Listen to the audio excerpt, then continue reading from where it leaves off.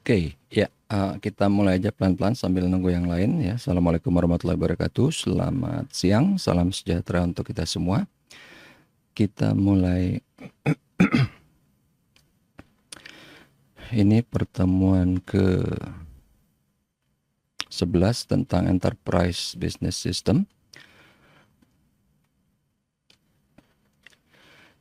Jadi, nah, tapi sebelum ke sini, oh tapi ini masih dikit nggak apa-apa ya. Oh nanti aja, nanti di akhir kuliah saya ada announcement. Jadi minggu depan itu kemungkinan tanggal 23, 24, 25 itu saya ditugaskan IBS ke Makassar untuk ngasih training data analis ke BI. Jadi tadinya kan saya propose untuk IBS, ternyata akhirnya BI juga mau. Ya udah bikin dua. Ternyata BI maunya duluan gitu kan, maunya didatengin. Jadi ya udah. Jadi 23, 24, 25 itu ya Sabtu, Minggu, Senin saya ke sana. Dan saya nggak tahu, katanya mungkin diperpanjang atau gimana. Jadi antisipasi aja kalau misalnya ternyata iya, jadinya mungkin ada pergeseran jam ataupun mungkin pergeseran hari atau mungkin ada lewat online lagi gitu ya. Oke, itu yang pertama. Nanti announcement yang kedua di akhir kuliah. Oke, kita mulai dulu tentang Enterprise Business System. Jadi salah satu fungsinya ini di sini adalah untuk Customer Relationship Management. Ya, kita udah tahu kan, oh ini nih ada CS-nya, ini apanya gitu kan. Nah, di sini kantor apa? Ada yang namanya manajemen hubungan dengan customer. Cuman sekarang gini aja yang menarik. Kita bahas sesuatu yang lebih menarik, tapi nanti akan sangat berimpact ke materi ini. Jadi perusahaan terbesar di dunia sekarang adalah Apple, ya kan? Bagi yang punya Apple, coba tanya ke diri kalian sendiri, pernah gak sih berpikiran untuk ngubungin Apple? Oh enggak pak, karena produknya saya puas gitu kan. Oke, itu satu. Yang kedua, misalnya ada apa-apa, terus ngapain? Bakal email, bakal WA, kalau iya kemana, atau bakal datang langsung? Biasanya sih kasusnya datang langsung gitu kan. Jadi di sini kita tuh bertanya-tanya, ini tentang CRM semua ini, kok nggak dilakuin Apple? Kok Apple ngelakuinnya beda? Dia nggak ada gitu, CS ada banyak kan, beda nih kayak kayak bank kan. Oh bank punya CS-nya banyak gitu kan, jadi menerima keluhan apa. Kok di Apple nggak ada gitu kan? Ya nggak? At least yang kita lihat nggak banyak gitu kan.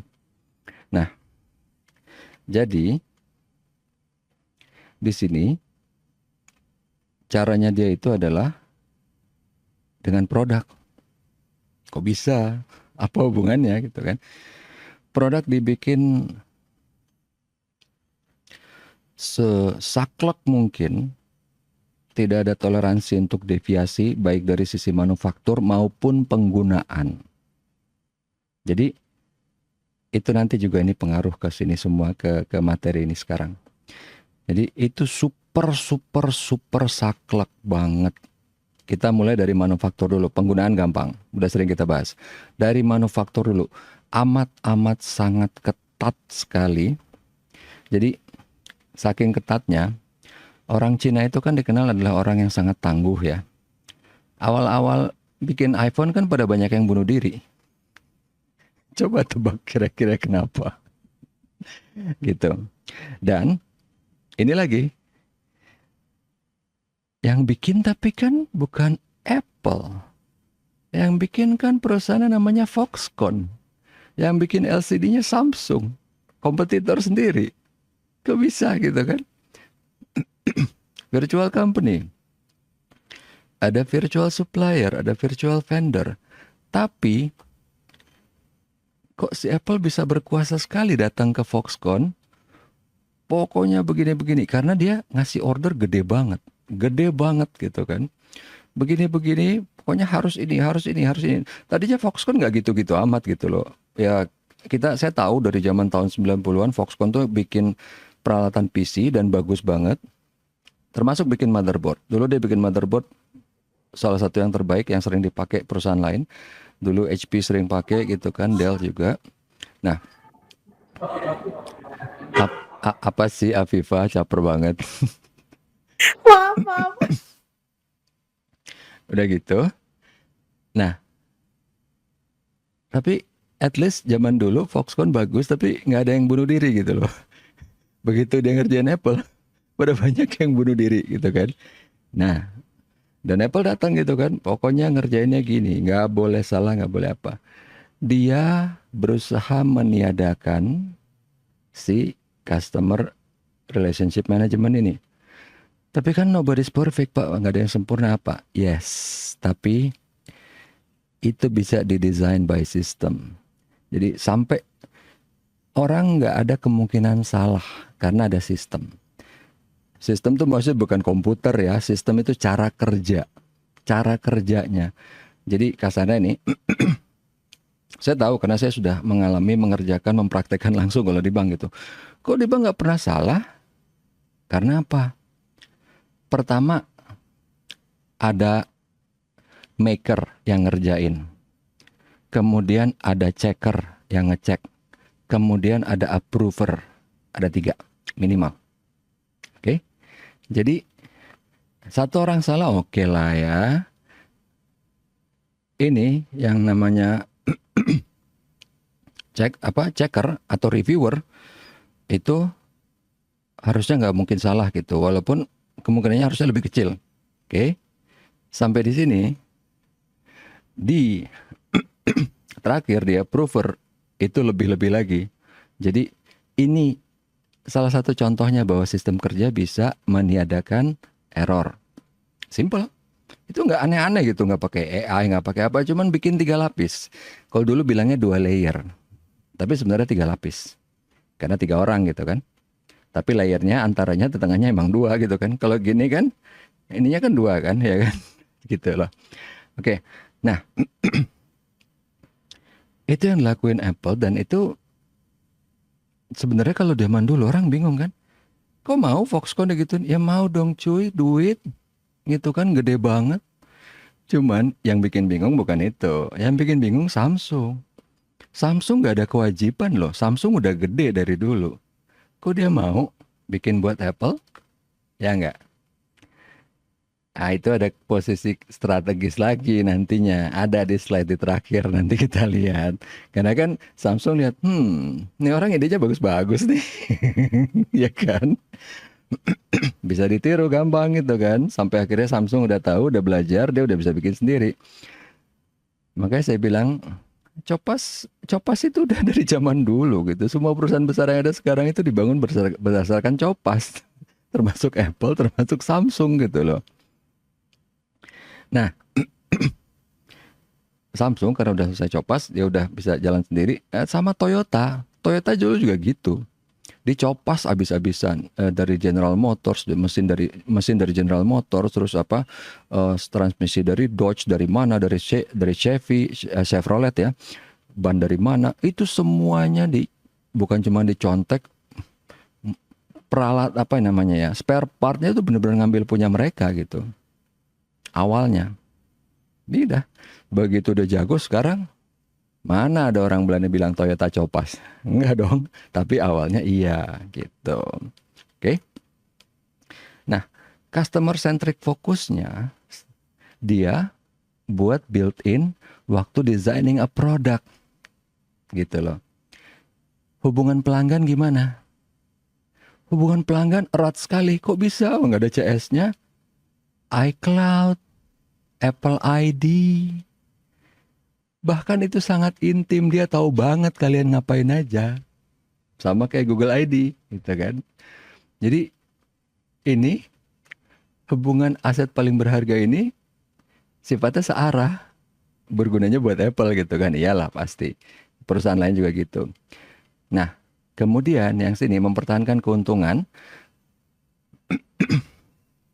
Kalau yang punya Apple pasti tahu, tapi yang nggak punya ingat-ingat kata-kata saya sampai ntar beli pasti tahu. Caranya dia itu mendesain produk semudah mungkin digunakan, tapi nggak ada kompromi. Mau pakai apa-apa nggak bisa harus punya Apple. Pakai ini nggak bisa harus punya Apple. Bahkan even dia udah pakai charger yang baru yang Type C, tapi ini yang kocak. Type C pakai punya yang lain, ngecasnya lambat. Pakai punya Apple ngecasnya cepat. Itu ada video di YouTube. Dan itu asik sekali. Oke. Tapi kalau orang mau, udah dijebak. Sebenarnya nggak ada hal yang aneh di sini. Terutama untuk orang yang pacaran, untuk orang yang married gitu kan. Kadang lakinya yang bilang, wah gue udah berhasil ngejebak dia. Ceweknya bilang, gue udah berhasil ngejebak dia gitu kan. Awalnya gimana? Ini udah gampang. Produk udah gampang banget. Tapi mau pakai, misalnya nih ya, misalnya. Beli iPad. Pak, iPad kan bisa sinkronis pakai iTunes di Windows. Iya. Tapi performanya beda jauh sama yang buat Macintosh. Jadi lama-lama kan, aduh, gue harus beli MacBook. Pas pakai MacBook, oh iya lo gak nyesel gue beli MacBook nih. Wow, synchronize dengan iPad gue bagus banget. Oh puas dia kan, puas.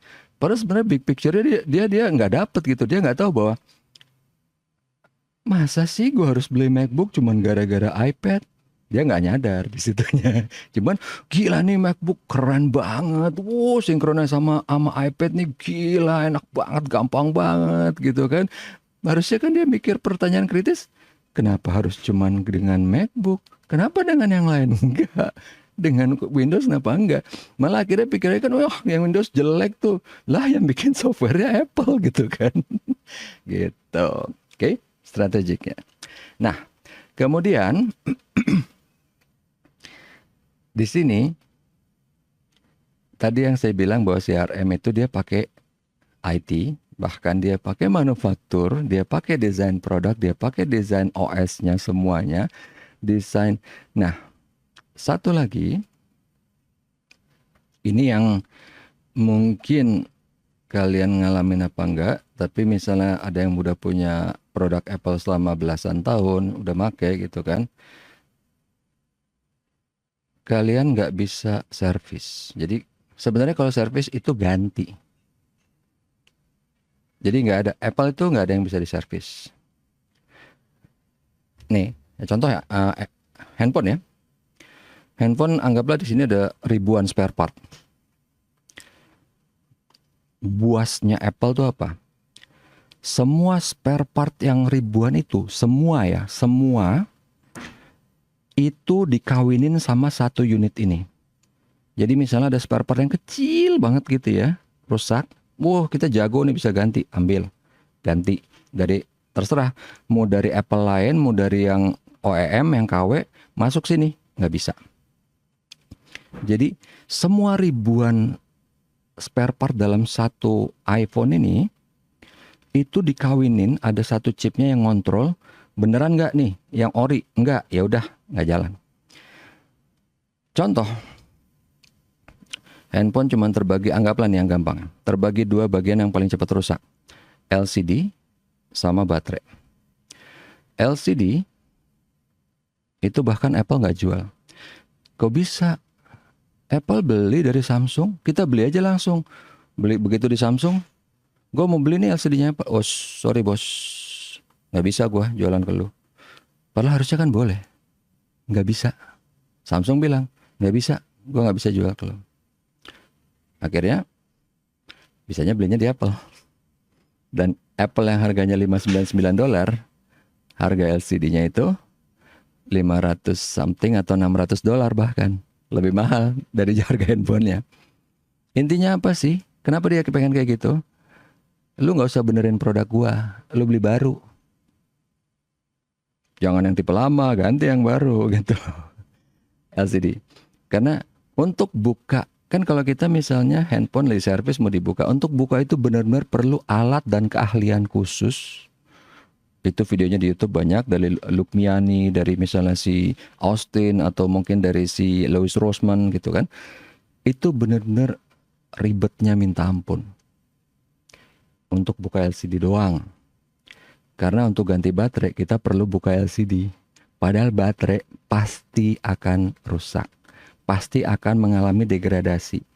Mau secanggih apapun, baterai pasti akan degradasi. Dan lagi kenapa baterai ditanam? Itu Apple yang pertama kali kayak gitu kan. Bikin tren kayak gitu sehingga akhirnya Android ngikutin. Oh iya Pak, karena biar anti air gitu kan. Cuy, kamera DSLR yang EOS 1D yang anti air, itu baterai, kompartemen baterai di bawah dibuka, cetok, keluarin, masukin lagi, cetok, selesai, anti air. Nggak apa-apa, bisa. Gitu loh. Sony Xperia, yang Xperia 1, bisa dibuka belakangnya, cetok, tutup, anti air, bisa. Bukan itu masalahnya. Masalah di CRM sini. Dia pengen kasarnya. Pokoknya lu harus beli semua produk gua dan cuman produk gua, dan lu harus beli tiap produk gua baru gitu. Dia nggak akan support produk yang lama. Dan yang saya bilang tadi, Apple nyediain LCD itu baru sekarang, setelah udah banyak dibully oleh netizen gitu loh. Dan kalau misalnya jadi Apple itu menyerang semua service yang independen gitu ya, yang menyervis produk mereka. Wah ini nggak boleh nih, bla bla bla gini. Kalau mau harus ikut join programnya dia. Dia juga mau ngontrol. Nih lo servis, pokoknya lo untuk servis harus punya omset segini. Lo harus store deposit ke kita berapa, $1 juta apa berapa. Pokoknya harus punya omset berapa. Pokoknya digede-gedein banget. Istilahnya, kalau udah segede gitu orang mikir, ngapain gua join sama lo? Gua mendingan sendiri aja gitu kan. Udah gede gitu kan. Dia pengen kayak gitu sebenarnya bukan apa-apa. Biar kelihatan orang dia open. Padahal sebenarnya dia nggak pengen orang masuk dengan standar setinggi itu gitu loh. Percuma. Sama aja waktu itu saya bilang kalian nih, kalau ada cewek gitu kan, aduh saya pengen cowoknya yang pengertian, yang keker, yang juara UFC tapi bisa balet gitu kan, pemenang Nobel Prize, PhD gitu kan, eh, geraknya cepet tapi lembut gitu, apalah segala macam gitu kan, bisa deklamasi, bisa sandiwara gitu kan, tegas namun lemah lembut atau apa gitu kan, udah gitu punya kastil misalnya di berapa negara, punya mobil ada berapa garasi gitu kan, punya semua tipe Ferrari atau apa. Ya itu terlalu tinggi, lo kayaknya emang beneran pengen jomblo deh niatnya gitu kan. Itu aja. Itu sama yang dilakukan dengan Apple. Tapi intinya kenapa? Dari sini. Bahwa dia pengen seperti itu. Dia nggak mau reparasi. Jadi makanya nanti kalau sempat saya akan kasih lihat, itu ada videonya yang judulnya Apple Sustainability Report gitu kan. Wah pokoknya benar-benar kayak film deh. Orang pakai salah satu bintang film kok. Benar-benar kayak film, tapi ini video YouTube kan. Apple terkenal kan seluruh dunia. Apple banyak yang suka kan. Komennya tapi di turn off. Itu karena saking menjijikannya gitu videonya. Maksudnya videonya keren. Kalau dilihat sih keren gitu. Tapi itu menjijikan sekali. Karena apa? Karena semua orang tahu Apple tuh yang paling banyak nyampah. Oh pak, enggak kok didaur ulang sama mereka. Daur ulang itu nggak semuanya jadi, tetap ada sampah. Dan untuk bikin daur ulang itu perlu tenaga listrik yang gede banget gitu loh. Jadinya sebenarnya kan lebih gampang. Simpelnya gini loh. Ini handphone misalnya katakanlah ya iPhone udah 16 gitu ya, yang kita ngeban iPhone 16 gitu. Itu juga kocak ceritanya. Nah, anggaplah kita punya 14 yang katakanlah yang nge-crack ya, yang apa namanya sih, retak cuman sedikit di sini. Tahu nggak kalau ganti berapa iPhone 14? $1.000 LCD-nya doang. Hampir sama harga yang baru. Emang itu niat dia. Ngapain cuy lo 14? Walaupun 14 masih bagus ya. 16 gue nih, lihat nih, udah keluar nih 16 gue nih. Ini 16 nih. 1.000 tinggal nambahin dikit. Nambahin 200. Itu loh, itu intinya. Nah, Balik lagi kita ke sini, dia menggunakan TI untuk lintas fungsional mengintegrasikan untuk melayani customer. Intinya memang iya. Tapi memang benar, orang pasti puas dengan produk dia itu nggak ada yang bantah, benar. Cuman at what cost? Gitu loh. At cost of this planet, at cost of yourself gitu. Karena orang-orang yang tadinya sangat pro banget dengan Apple, akhirnya udah ngeliat, udah nggak bisa ini udah nggak bisa karena rusak cuman dikit. Apple nggak mau benerin. Kalau misalnya mau benerin berapa ribu dolar, ya sama aja kayak beli baru. Selalu gitu, selalu responnya gitu. Dari orangnya ya, sama aja kayak beli baru. Karena Apple niatnya gitu. Iya dong, nih loh MacBook Air yang M4 gitu kan, harganya cuman beda dikit sama servis lo. Itu dia, makanya kenapa Apple mematikan jasa servis lain, supaya dia bisa ngomong gitu. Karena servis lain nggak punya akses loh. Spare part semuanya nggak ada, semua ya.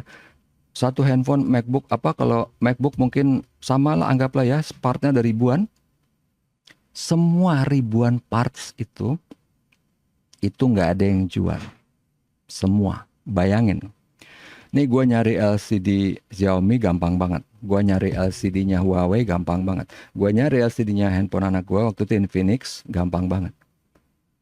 Lu nyari nggak ada. Ya bapak kan suka ngoprek. Kagak, yang suka juga banyak. Lagian nggak usah ngoprek. Kalau emang misalnya LCD rusak, bawa aja ke Point Square. Ntar dia punya ininya atau enggak. Kita langsung bawain. Nih kok gue udah ada, tolong pasangin. Dah kelar urusan. Ya atau enggak tinggal ke dia. Dan misalnya anggaplah gue nggak suka ngoprek gitu. Rusak bawa aja ke itu deh, ke Point Square. Kok ini dong ganti LCD? Gue tahu pasti bisa. Tapi kalau gue punya iPhone Pro 14, gue tahu pasti nggak bisa. Bawa aja pak dong, bawanya ke tempat beli dong, ke iBox. Udah, bawa ke sana. Iya pak, $1.000. Tara, gitu. Karena memang harusnya ganti. Udah banyak gitu yang teriak di internet. Oke, tapi tetap sampai sekarang orang ya habis produknya bagus, ya kan? Itu dia di sini. Nanti kita akan lihat loyalty. Loyalty itu dari apa? Karena usage-nya. Walaupun sebenarnya itu debatable karena apa? Gue pakai Android juga sama, walaupun mungkin nggak se-fancy Apple, nggak ada logo-logo buah-buahan di belakang gitu kan, nggak bisa pamer. Atau mungkin kalau misalnya notebook, saya suka ThinkPad gitu ya. Bentuknya jelek banget, nggak kayak MacBook, lihat dong. Tipis, tapi beratnya sama. Cuman kalau yang ThinkPad tebel gitu kan. Walaupun padahal tebel itu karena buat tempat port. Lu tipis-tipis kayak MacBook, kayak waktu dulu saya pertama kali beli MacBook yang generasi pertama. Come on man, USB cuma satu dikasih. Lu gila apa USB cuma satu? Pakai buat mouse atau mungkin buat yang lain. Terus gue mau colok flash disk di mana? Akhirnya di Gen 2 dia bikin jadi ada dua. Ya elah, ini the price of beauty gitu kan, karena tipis itu maksudnya. Oke, nah sekarang kita lihat di sini gini nih. Ini application cluster untuk di CRM. Ini ada untuk sales, marketing, customer service. Nah, ini yang tadi saya bilang ada contact account management. Ini udah tercapai di mana? Google ID, Apple ID masuk ke sini, dia udah langsung lihat. Jadi dia nggak perlu nanya-nanya lagi. Oh bapak kerjanya apa, sukanya apa? Nggak usah, dia langsung pantau, dia stalker aja langsung lihat. Oh ini orang sukanya gini. Oke? Kemudian kalau di sini sebenarnya ada satu hal lagi yang lebih mengerikan dari itu. Tapi nanti. Nah di sini ada cross sell sama upsell gitu kan. Cross sell itu maksudnya gimana? Jadi kalau kita contoh lain dulu deh, di bank. Jualan paling receh apa sih? Kartu kredit. Jualan kartu kredit, udah dapat gitu. Baru kita, Pak mau pakai asuransi nggak? Itu cross sell, oke? Asuransi. Nah terus, misalnya, oh Bapak kerja di perusahaan Bapak gajinya pakai apa Pak? Oh pakai bank kita aja Pak. Upsell namanya. Jadi dari tadinya customer retail ke corporate, upsell ke atas, oke? Kayak gitu. Di marketing fulfillment ini sebenarnya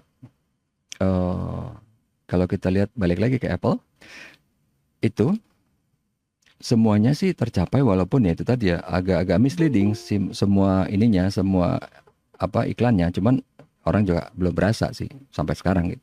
Ya sekarang baru mulai berasa, baru mulai ada yang banyak yang aware marketing fulfillment, tapi semua dari janjinya di produk dia ada, semua di sini di produk dia ada. Jadi itu nggak masalah. Customer service support di sini juga, makanya tadi saya tanya di awal kan, bagi yang punya Apple, pernah nggak sih ngubungin? Enggak, karena dulu pas saya pakai juga enggak gitu. Karena emang nggak ada masalah. Dibikin sedemikian rupa, pokoknya nggak ada toleransi. Kasarnya gini deh, di Android dari yang awal aja ganti wallpaper bisa. Apple iPhone yang awal nggak bisa. Nggak tahu kalau yang sekarang bisa pakai gambar sendiri apa enggak gitu kan. Tapi benar-benar semua dibuat sangat saklek banget. Nggak ada room for improvement, nggak ada kita bisa ngapa-ngapain tuh nggak ada gitu. Karena emang benar-benar kayak buat bayi aja gitu. Ini udah pakai, ini pakai, udah selesai gitu. Nggak ada gitu buat ngapa-ngapainnya.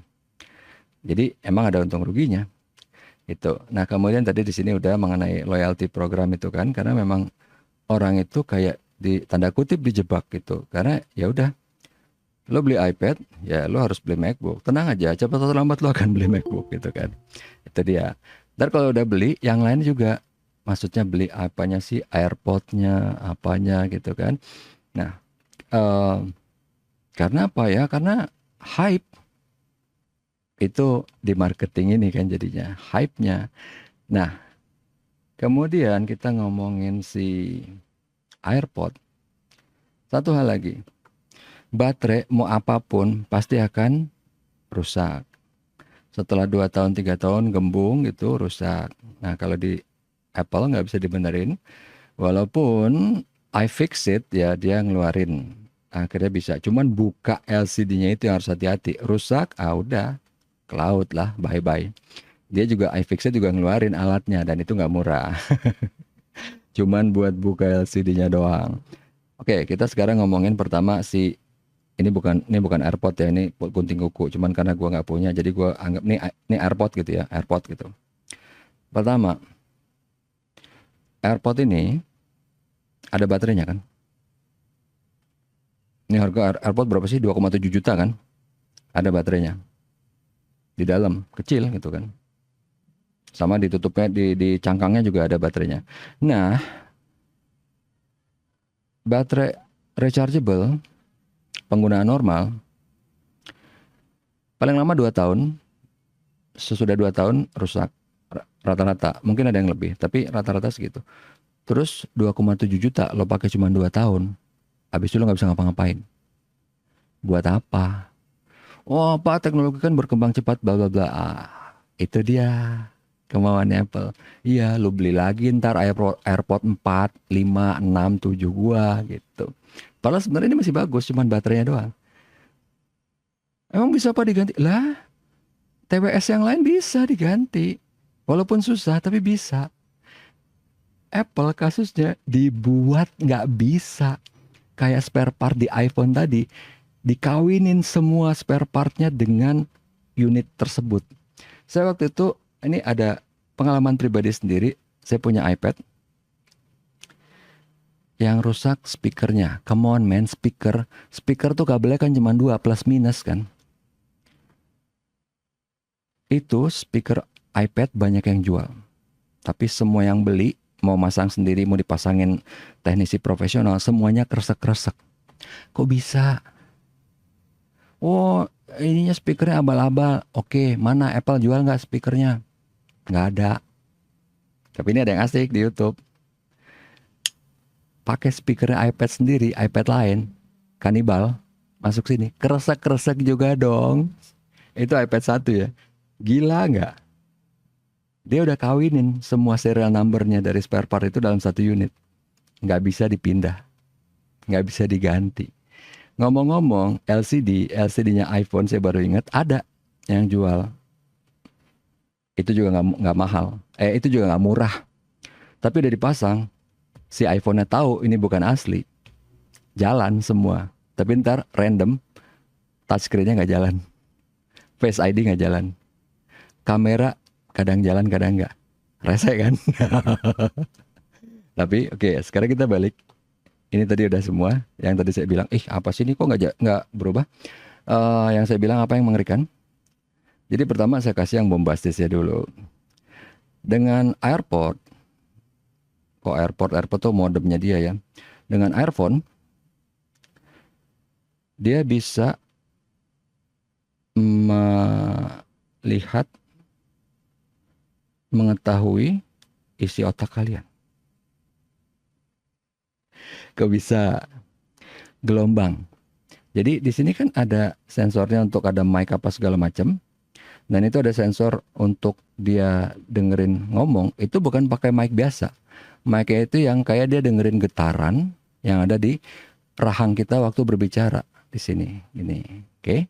Ini juga bisa menangkap getaran dari pikiran. Jadi kalau di handphone biasa kita lihat kan dia lewat mikrofon. Kalau di earphone itu bisa langsung. Orang mikir apa? Videonya ada tapi bukan di YouTube. Tapi ada di salah satu pesaingnya YouTube. Bukan pesaing sih, ada videonya di ini. Cuman nanti saya nggak bisa kasih lihat. Karena videonya itu panjang banget. Karena dia tahu ini masalah yang sangat-sangat nggak masuk akal. Jadi dia jelasin dulu konsepnya. Videonya panjang, kalau nggak salah 4 jam. Panjang emang. Dia jelasin semua konsepnya. Dia jelasin buktinya. Dia jelasin, dia buka si earphone-nya. Kemudian karena dia tuh punya alatnya juga kayak elektrogram yang buat apa mendeteksi itu, yang pakai ada yang ditempel sini gitu kan. Baru ada mesinnya. Dia kasih lihat, oke, ini udah pakai elektrogram. Sekarang kita pakai si earphone ya, gitu. Pakai. Walaupun lebih nggak akurat, tapi bisa baca, beneran bisa baca gitu. Oke, asik kan? Ya, itu kenapa tadi saya omongin pengumpulan data customer kan. Jadi kalau ini kan kita ngomongin yang jadul gitu kan, lewat telepon, fax, email, website, personal kontak. Itu udah enggak, udah langsung stalker lagi. Nah, di sini kan CRM bisa membantu penjualan, pemasaran, bla bla bla. Oh, jelas sudah terbukti. Handphone apa sih yang paling sukses gitu kan? Si iPhone gitu kan yang banyak terjual.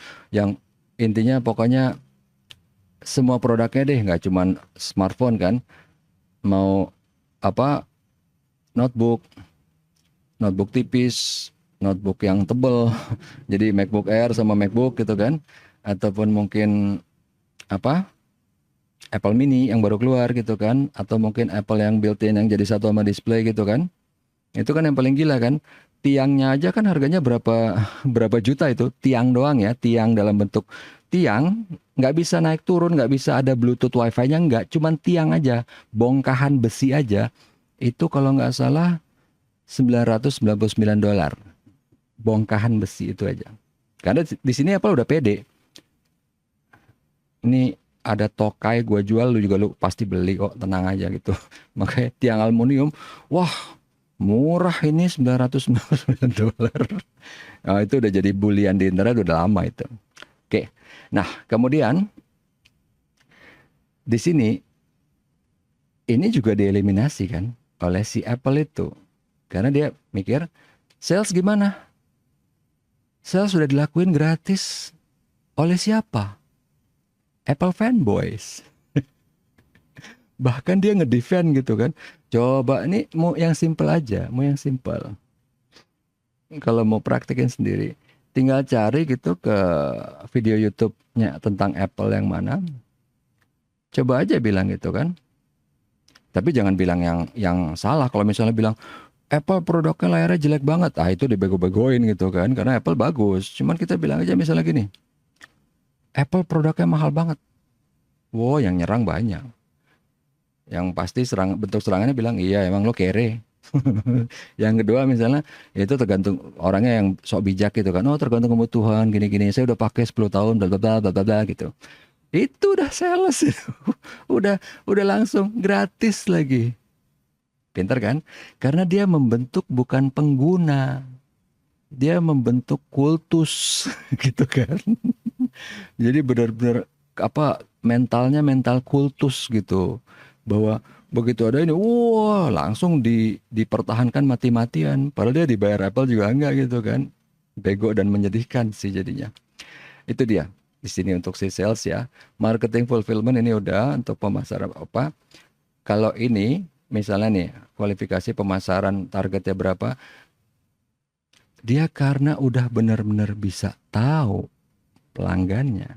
Dia benar-benar bisa memprediksi tahun depan kita keluar yang beli siapa aja nih dari existing user. Dia tahu existing user dari mana? Apple ID, ya kan? Penjadwalan pelacakan email nggak perlu ini, dia nggak pakai gitu kan. Lagian email sekarang orang siapa yang baca sih kalau untuk iklan gitu kan. Mencatat mengelola respon atau apa ini juga udah langsung otomatis big data gitu kan. Analisa bisnis pemasaran ya di sini tadi hubungannya dengan pas masuk ke respon ini, kemudian pemenuhan respon dan request itu makanya dia hubungannya erat banget dengan si Foxconn sama dengan si LCD ini. Oke, sama satu lagi, Apple kan produknya di mana? Di Foxconn kan di Shenzhen, Cina kan. Tapi dia yang kemarin udah mulai shifting pindah ke India udah. Tapi terus dia juga mau nyari tempat kan.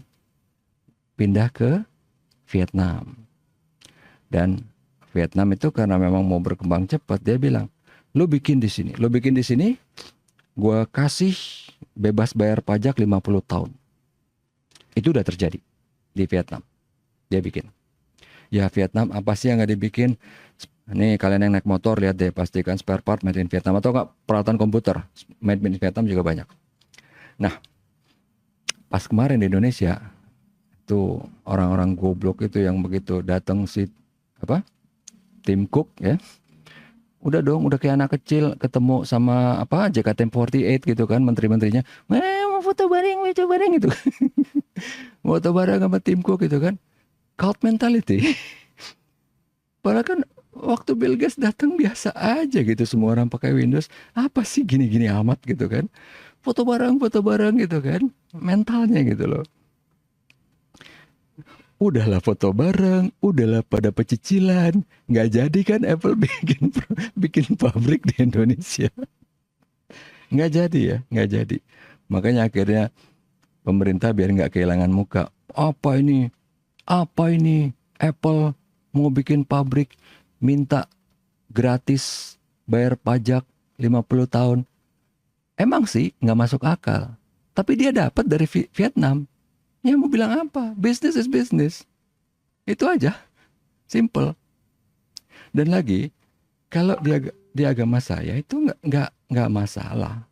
Kasarnya gini ya. Ini ada barang apa sih? Oh si Bagas ini Pak Wasi emang nih. Jadi misalnya nih, ini ada barang nih gunting kuku, saya beli 1.000 perak. Saya jual 1 triliun, nggak disalahin sama agama. Nggak disalahin. Asal saya bilang bener, ini gunting kuku. Udah. Saya mau nggak bilang harga perolehan nggak masalah. 1.000 saya jual 1 triliun, nggak apa-apa. Nggak disalahin. Yang penting saya nggak nipu. Saya nggak nipu dengan produknya. Penggunaan, kegunaan, semua fiturnya saya nggak nipu, nggak salah. Walaupun secara hukum hukum negara mungkin ada yang melarang gitu ya. Tapi sebenarnya ya kenapa? Bego amat orang mau beli 1 triliun. Walaupun lama-lama saya mikir ya, kayaknya emang banyak sih bakal yang sebego itu gitu kan. Ya maaf gitu ya, saya nggak, lo beli iPhone, come on gitu ya. Lo beli berapa puluh juta gitu. Ya walaupun ya orang kan ada yang ya oke lah nggak apa-apa gitu.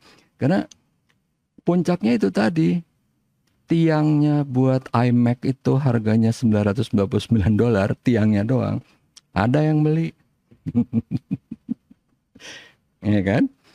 Ternyata ini 1 triliun memang bisa jadi masuk akal gitu jadinya. Oke. Nah, sini kemudian kita ngeliat customer service and support gitu kan.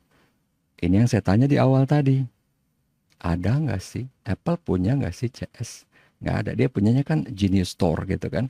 Genius bilangnya. Jadi itu termasuk itu CS-nya. Itu dia yang buat yang nawarin produk, ntar yang installin Apple ID bla bla bla. Kalau kita baru pakai gitu kan, baru pakai install apanya, setup software bla bla bla segala macam, itunya dia. Gitu. Nah, kemudian ini kan web based, ya ini karena zaman dulu dia baru prediksi, sekarang ini udah umum dipakai. Nah, ini retention loyalty. Kalau yang konvensional kayak gini, lihat nih, B-nya gede banget. B-nya 6 kali untuk menjual ke pelanggan baru gitu kan. Tapi kalau misalnya loyalty lebih gampang. Nah, kalau pelanggan tidak puas, dia akan lebih banyak ngomongnya. Nah, kalau misalnya dia bisa retensi, apa, yaitu loyaltinya naik gitu kan, bisa meningkatkan keuntungan, benar. Makanya kenapa Apple mati-matian menggunakan loyalty ini built-in di dalam produknya. Dalam bentuk dijebak tadi gitu loh. Tapi orangnya senang aja. Ya, makanya tadi saya kasih analogi itu kan, suami istri pacar gitu kan. Walaupun si misalnya nih, ceweknya ngomong di depan teman-temannya, di depan cowoknya, iya nih gue berhasil jebak dia nih. Yang cowoknya sih senang-senang aja gitu kan. Gitu. Walaupun sebenarnya emang bener dijebak, ya sama aja kayak si iPhone nih. Walaupun Apple nggak ngomong gitu. Kalaupun ada orang lain ngomong, dia nggak bakal percaya. Ah, masa sih dijebak. Lu pakai produk Apple apa aja? Banyak. Ya udahlah. Udah kejebak gitu kan. Lah, emang lu apa? PC gue pakai merek A, monitor merek B, monitor satu lagi merek C, monitor satu lagi merek D. Ini merek E, mouse merek F, keyboard merek G. Terus apalagi semua merek beda-beda gitu kan. Emang jalan-jalan gitu. Oke. Kemungkinan terjual ke penjual pelanggan yang ada 50%, yang baru 15%. Akan jadi kalau misalnya ini yang jadi masalah, kalau misalnya produk kita bermasalah, kita bisa kapok dong ya. Nggak mau dah, apalagi produk kompetitor banyak gitu kan. Alah, udahlah nggak usah pakai, coba yang lain gitu. Jadi, tapi kalau misalnya masalah udah selesai, biasanya orang lihat lagi kan. Kemarin dia ada masalah nih. Contoh paling gampang, emang iPhone pertama nggak ada masalah? Oh, masalah banget. Masalahnya apa? Dia kan kalau handphone yang lain itu udah taat peraturan sejak dari zamannya Nokia, bukan peraturan sih. Orang megang handphone gimana? Gini kan? Makanya dia taruh antena di sini. Itu penting, penting banget taruh antena sini. Karena orang megang handphone begini kan? Taruh antena di sini. iPhone pertama taruh antena tuh di sini, di bawah. Gitu. Jadi sinyalnya bukan jelek, hilang sinyalnya. Oh, nggak bisa. Waktu itu Steve Jobs masih ada kan. Pokoknya gua mau biar bisa gitu. Tetap aja nggak bisa. Itu masalah. Tapi tetap kan akhirnya begitu udah selesai orang bisa balik. iPhone 2 bagus, iPhone 3GS bagus. Sempat ada lagi masalah kan? Apa? Mapnya jelek banget kan? Akhirnya dia nyerah, dia pakai Google Map gitu kan. Ada lagi. Terus apa lagi? Ini yang gampang ditekuk waktu itu Bandgate namanya, BENDGATE, Bandgate gitu kan. Itu juga masalah. Kemudian sebenarnya banyak tapi nggak apa-apa. Itu aja dulu. Nah, di loyalty program ini itu kan untuk meningkatkan dan mengoptimalkan retensi loyalty untuk apa? Tujuan utamanya dia supaya orang tetap beli, tetap beli, tetap beli. Which is tadi yang built-in di dalam produknya Apple, gitu kan? Nah, kemudian di sini nih, kalau ini kita lihat ya. Pertama, dia di sini harus meng-acquire, kemudian enhance, kemudian retain. Nah, ini yang paling gampang kita mulai dari awal banget. Awalnya si Apple. Mulai dari mana? Dari MP3 player. MP3 playernya waktu itu iPod gitu ya. Itu emang dia copas, Pak. Sebenarnya bukan copas lagi. Nyontek. Dia ngambil ide dari orang tahun 80. Orang ini udah punya ide tahun 80 ya, bayangin. Itu hard disk, enggak, tahun 80 kan ya? Ya, tahun 80 hard disk 40 mega itu masih satu ruangan. 40 mega loh ya, satu ruangan. Nah, si orang ini dia udah mendemokan, ya bayangin ya, tahun 80. Lagu di dalam satu, bukan pakai pita, kalau dulu kan pakai pita kaset ya. Pokoknya satu chip gitu. Ya lagunya sih cuman 10 detik. Ya chip penyimpanan dulu mahal banget gitu kan, 10 detik juga udah bagus gitu. Udah didemoin, udah dipatenin. Buat dia bilang nih kan buat pemutar lagu gua portable. Dia udah ngedesain, zaman dulu orang belum ada internet kan. Jadi ada toko kios-kios kalau mau ganti lagu, mau ngambil lagu, beli lagu, tukar lagu, itu dia udah ngedesain juga sistemnya. Itu iTunes sekarang lewat internet. Pemutar lagunya itu iPodnya. Itu habis-habisan. Dia acquire kan. Dia udah berhasil ambil paten. Jadi kan dia tinggal ngelihat paten-paten yang apa?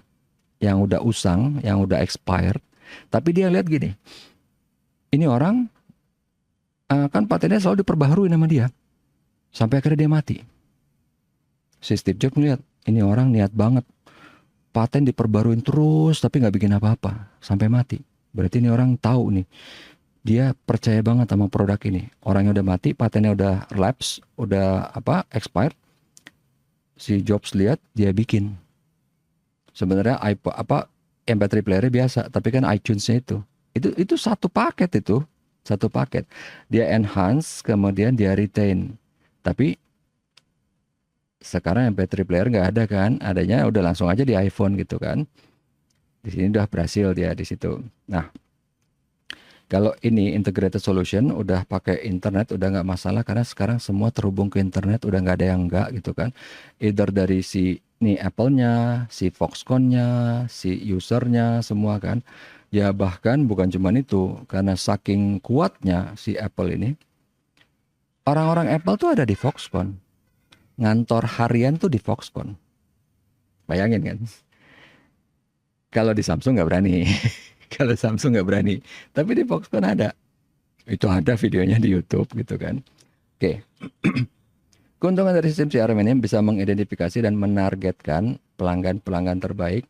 Kalau ini itu sebenarnya iya. Dan simpelnya apa coba? Dia udah bisa tahu nih, oh nih orang udah beli semua produk kita.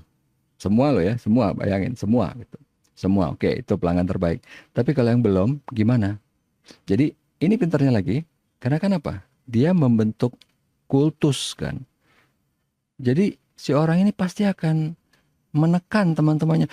Lo pakai Apple dong, sebentar kalau gue mau datang ke tempat lo, iPad mau ngapain ini apa-apa, gampang atau apalah gitu kan. Pasti dia minimal dia misalnya bilang, wah ngapain lo pakai Windows itu nge-crash itu apa-apa. Udah gue nggak pernah gitu nge-crash. Padahal sebenarnya pernah sih. Karena kalau saya perhatiin ya, semua orang yang pakai Apple tuh selalu bilang nggak pernah, nggak pernah, nggak pernah.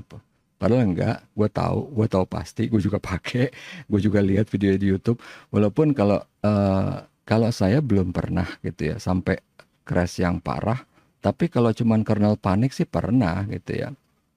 Apa beda? Ya saya nggak bisa jelasin kernel panik sama kalau Windows kan BSOD gitu kan, blue screen of death gitu. Kalau kernel panik ya kayak orang ditampar yang teng gitu kan.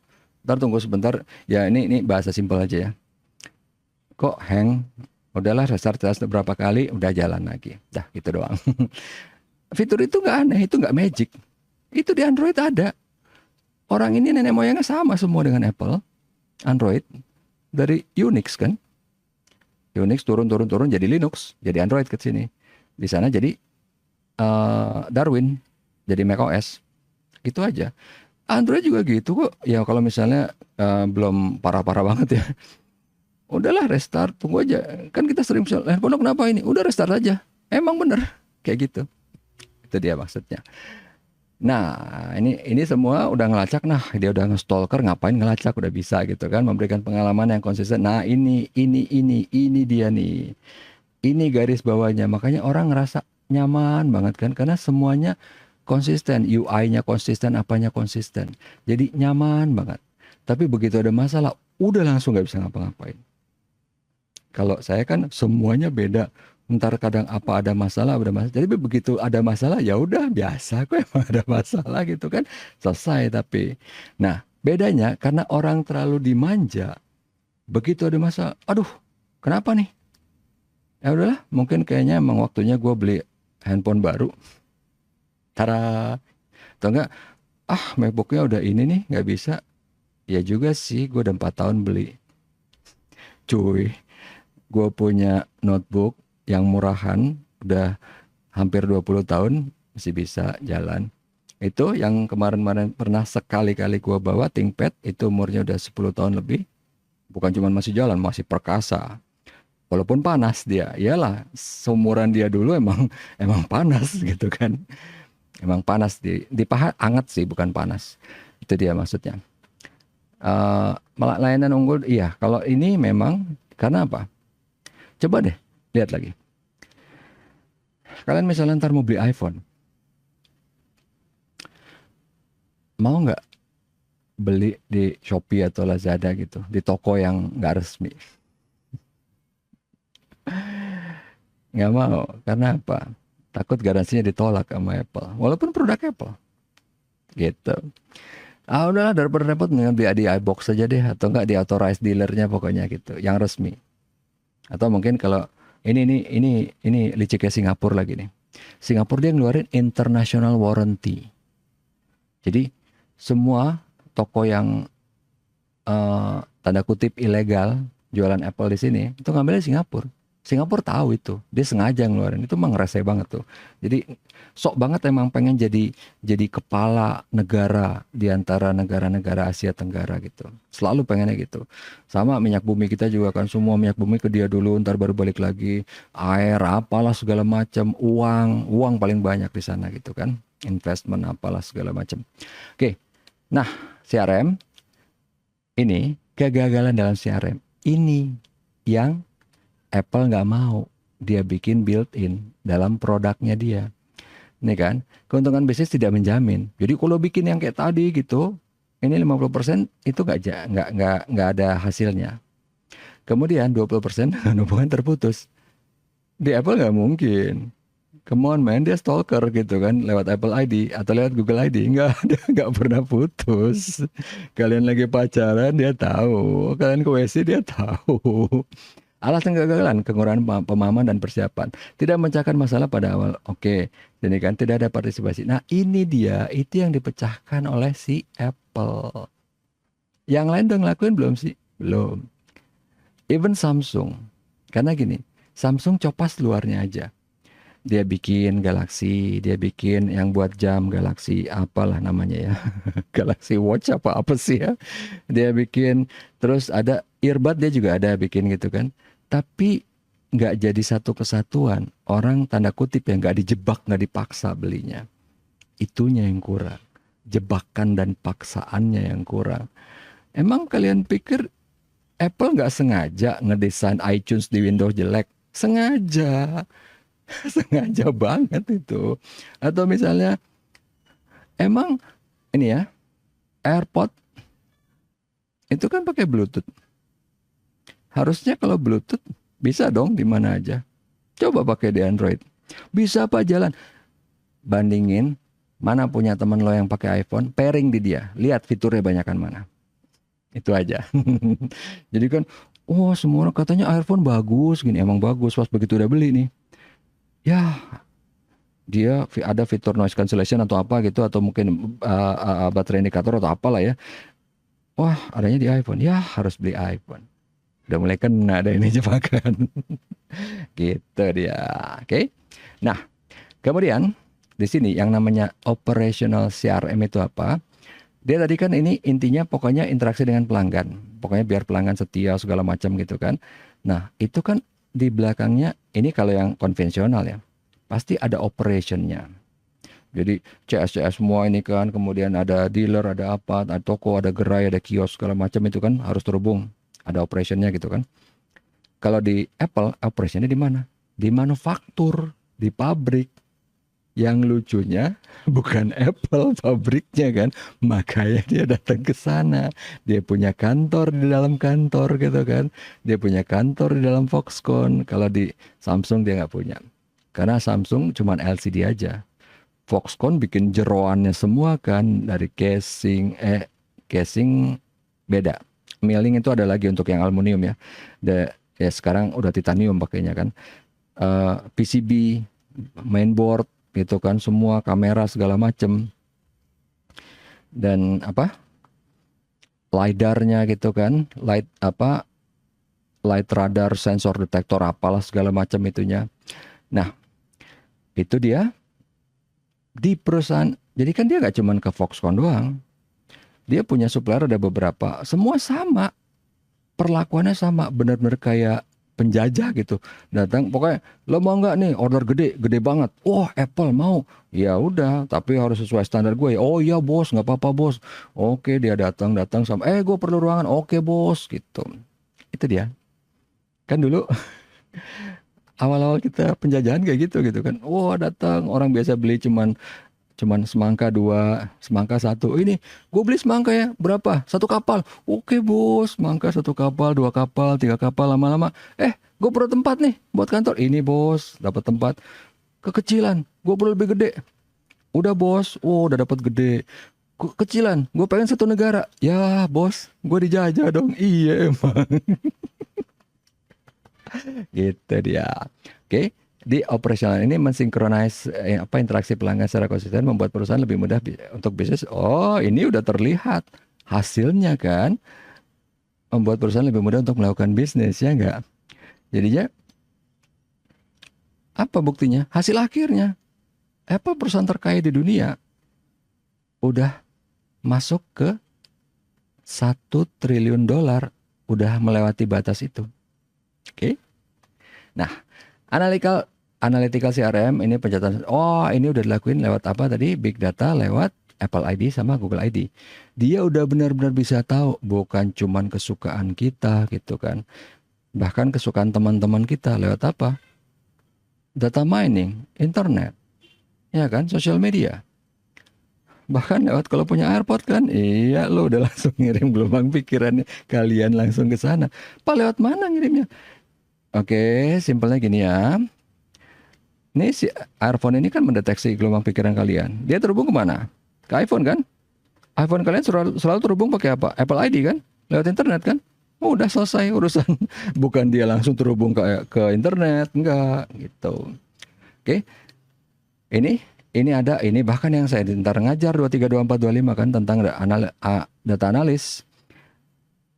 Jadi dengan data yang biasa aja, nggak usah pakai yang earphone tadi, itu udah bisa memprediksi permintaan. Udah bisa gitu. Bahkan baru tadi saya ngajar mengenai masalah regresi, clustering, classification gitu kan, data mining apa. Itu ya, algoritmanya udah banyak banget gitu. Dan udah bisa akurasinya udah bisa dibilang bagus. Ini memberikan informasi kebutuhan customer. Kalau ini mah gampang gitu kan, tinggal lihat aja dari forum orang perlunya apa. Cuma satu hal yang lucu ya. Kayaknya dan ini udah banyak juga yang mulai ngebully. Kayaknya iPhone dari sejak yang 10 apa 11 nggak berubah-berubah deh. Bentuknya cuma beda-beda tipis banget gitu kan. Gitu. Jadi dia itu masih main aman gitu kan. Ah, udahlah ini aja. Gua nggak ngerubah. Gara-gara apa? Dia setiap kali ngerubah ya ini karma gitu kan. Dulu kan dia copas. Sekarang pokoknya orang-orang pada nunggu nih. Dia bikin apa ntar yang lain niru gitu kan. Sekarang gantian semua orang nyopas. Mungkin dia sebel kali kan. Ah rese ini. Padahal tadinya dia yang mau copas siapa. Ya nggak ada nih. Nggak ada tunggu-tungguan kan. Ya udah akhirnya dia main aman. Udahlah pakai yang kemarin. Kalau Samsung, Huawei masih berani gitu kan. Wow bikin foldable display. Bikin apa gitu kan. Atau Huawei bikin yang lipat 3 walaupun hancur gitu kan. Tapi paling nggak dia ada gitu berusaha bikin gini. Oh gagal. Oke. Lipat 2 aja deh. Lipat 2 dulu gitu kan. Yang lipat 2 itu gila banget ya bang. Oke. Nah. Kemudian di sini trennya apa ke depan? Ini ada yang namanya kolaboratif CRM. Tapi di sini ini udah bukan tren, ini udah kejadian sehari-hari gitu kan. Karena semua udah terhubung lewat internet. Bahkan kalau Apple nggak perlu, dia udah langsung ngantor di suppliernya gitu kan. Udah udah bukan terhubung lagi gitu kan. Udah udah udah kayak hidup bareng lah ya namanya gitu kan. Gitu. Beneran loh. Ini kemarin saya ngajar 3 kelas, sekarang 2 kelas. Ini selalu lagi enak-enak, kucing tetangga teriak-teriak nih, caper banget. Oke, mudah untuk kolaborasi dengan partner, meningkatkan efisiensi, iya ini pasti. Memberikan respon yang lebih besar kepada, nah gini. Ada satu hal yang jenius dari Apple. Kenapa dia nggak mau bikin sendiri? Bisa, dia mampu. Kenapa dia nggak mau bikin sendiri? Kenapa dia nyuruh Foxconn yang bikin? Karena kan bikin peralatan sekecil gini, spare partnya kecil-kecil banget loh. Itu perlu presisi tinggi. Dan itu pasti error. Pasti ada yang namanya defect. Ada sampahnya ada. Kalau dia yang bikin, dia harus serap kerugian itu. Tapi kalau Foxconn yang bikin, Foxconn yang serap kerugian itu. Ya kan? Itu aja. Foxconn yang mikirin gimana cara biar gue efisien, gini. Dia sih tinggal datang aja marah-marah. Ini nggak bisa, ini nggak sesuai speknya gini. Oke. Even so, misalnya kayak gitu tetap aja misalnya 1-2 ada. Tapi ada cara lain. Dan itu cara udah banyak dipakai dan saya memang udah sering lihat. Bahkan di bank gitu ya, di tempat lain juga. Jadi ini yang dilakuin, caranya itu sebenarnya simpel. Cuman masalah statistik. Kok bisa Pak statistik? Oke, gini. Anggaplah dari satu pabrik, iPhone yang dibuat sampai katakanlah 1 juta iPhone, ada 10 yang defect. Tapi nggak ketahuan gitu. Even kalaupun ketahuan, tetap dijual. Oke? Tetap dijual. 10. Ini dari 10. Defect kan? Kan dari Apple tadi bilang kan belinya harus dari dealer resmi kan? Authorized dealer dari iBox atau apa gitu. Nah, kalau misalnya beli di pakai yang international warranty atau apa, nah bisa nih, masalah nih. Jadi, udah kan? Apple tahu, itu defect dia tahu. Jadi pas udah defect nih, customer kena gacha, datang ke iBox gitu kan. Udah. Ada 10 nih kan. Dari 10 yang defect itu, nggak mungkin semuanya yakin bilang, oh ini emang cacat pabrik nih. Mungkin aja, oh iya mungkin gue kepentok, mungkin apa. Dari 10, anggaplah 9. Yakin bahwa ini bukan kesalahan dia. Yakin ini kesalahan pabrik. Dari 9, mungkin nggak semuanya punya waktu. Karena waktu mau RMA ya, return merchandise itu, ngembaliin. Itu kan pasti dia lihat, ini beneran nggak lo beli dari gua, beneran nggak ini Apple Indonesia terdaftar bla bla bla segala macam. Ini Singapura nggak bisa, tolak. Dari 9 yang mau tektokan dan bisa tektokan gitu, karena kan itu bolak-balik tuh kan, entah datang telepon email atau apa gitu kan, orang kan sibuk, ada birokrasi di situ kan. Nah, dari 9 mungkin yang mau tektokan cuman 5 gitu kan. Dari 5, katakanlah yang lain sisanya belinya tadi di Singapura di mana gitu kan. Atau enggak mungkin ternyata pasar gelap malahan. Nah, cuma 5 kan. Dari 5, ikutin dong birokrasi, tunggu lama gitu, nggak ada, tunggu lama, tungguin ada birokrasi lagi gitu kan. Oh iya ntar perginya tapi ngambilnya, kita beli di iBox Kemang tapi harus ngambilnya di mana gitu kan, di Pasar Baru apa di mana gitu kan. Terus tapi udahlah nggak apa-apa, ambil. Dari 5 itu, let's say mungkin ya namanya juga iPhone kan, nggak mungkin, tapi tetap aja loh, orang beda-beda kan. Orang ada yang misalnya emang gajinya gede ya, kayak misalnya gajinya udah 100 juta, mungkin ya udahlah gua beli baru lagi sih. Jadi dari 5 itu anggaplah 4 deh ya, 4 atau mungkin 5 nggak apa-apa. Udah 5, 10 defect yang harusnya diserap, bisa 10 dijual. Walaupun 5 balik, dia tetap untung 5 kan? Ya enggak? Tetap untung 5. Padahal harusnya 10-nya itu jadi biaya. Tapi cuma 5 jadinya yang biaya. Karena apa? Perilaku orang sibuk. Gitu. Dan kita tidak dilindungi oleh perlindungan konsumen yang bagus. Beda dengan Eropa. Eropa kan yang bisa maksa Apple untuk ganti Thunderbolt dengan Type-C. Padahal sebenarnya Thunderbolt sama Type-C itu sama. Lucunya apa tau nggak? Karena kan, enggak, Thunderbolt lebih anu. Ini yang buat PC, terutama tuh kayak ASRock atau apa gitu kan. Dia bilang di situ. Jadi portnya untuk kan USB Type-C ada banyak nih. Type-C yang kecil ya. Ini kan ada yang Type-C yang Gen 1, ada yang Gen 1.1, Gen 1.1 Revision 1, Revision 2. Nah kan, kayak udah gila nih. Nah, itu dia ada ngasih label nih PC loh ya, PC, bukan Apple. PC. Dia ngasih logonya Thunderbolt. Karena emang sama. Kita yang orang teknis, orang IT ini tahu Thunderbolt itu sebenarnya Type-C. Mungkin makanya si Eropa tuh sebel banget kan. Bacot, ganti lu. Jangan bikin aneh-aneh. Colokan, bikin Type-C aja. Tapi isinya beda. Kagak, gua tahu isinya sama. Gitu kan, Thunderbolt sama Type-C sama gitu kan. At least bukan Type-C yang revision, bukan yang 3 ya.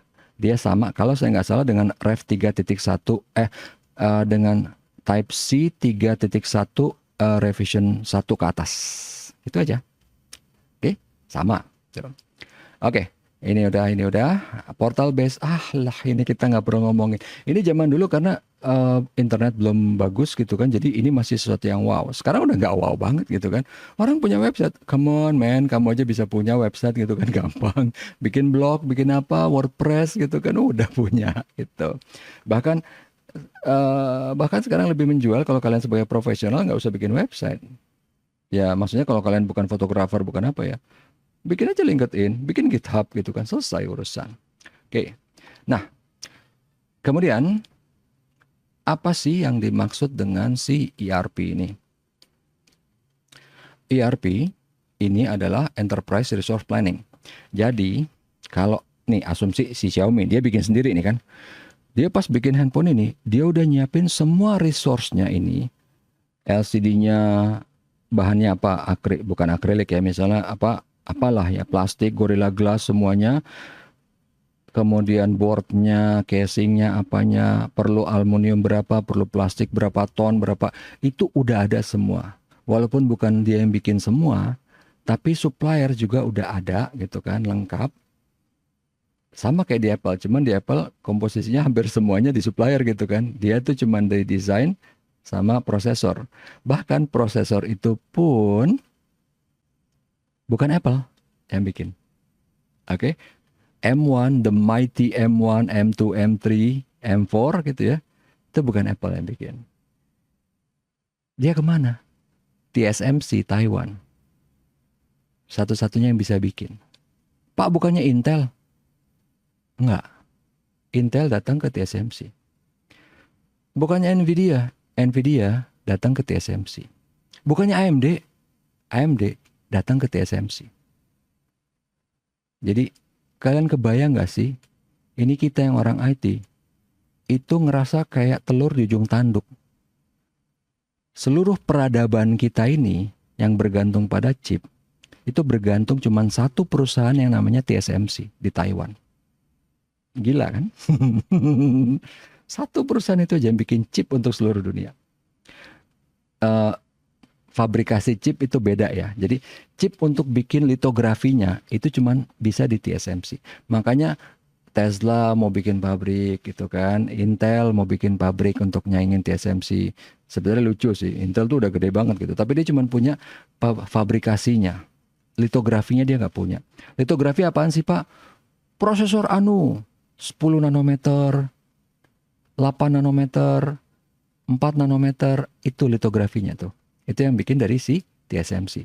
Jadi kita bisa yakin banget kalau Cina langsung nyaplok TSMC, itu diserang seluruh dunia. Diserang pasti. Itu langsung perang, instan itu langsung perang. Langsung perang dunia ketiga. Jadi kalau kalian misalnya, ayo dong mana sih nih Israel kenapa nggak nyerang Palestina, Iran kenapa nggak nyerang Israel? Cuy, kelamaan. Lu suruh aja Cina nyerang TSMC. Nggak usah nyerang Taiwan. Nyerang TSMC aja. Perang langsung, perang dunia ketiga. Karena itu parah banget tuh. Itu seluruh dunia chip itu bikin ke sana. Kalau misalnya kalian pernah dengar di internet tentang, wah si Cina bisa bikin apa enggak. Itu dia bikin TSMC juga. Itu gila banget. Aku bilang kok bisa sih? Kok bisa sih? Seluruh dunia nggak ada yang lain yang bisa bikin. Emang nggak ada.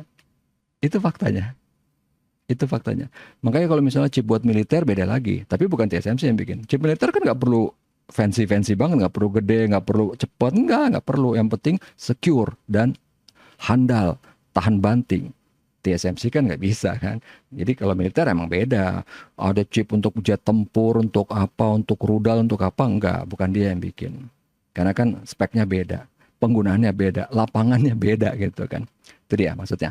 Jadi di sini manufacture, logistik, distribution segala macam ini semua ngumpul. Kalau tadi kita kasih contoh si Xiaomi, itu sebagian besar dia, tapi dia masih ada outsource. Kalau Apple kebalikannya.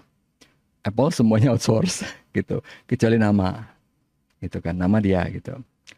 Oke, jadi sebenarnya ada nggak sih yang dia sendiri yang bikin?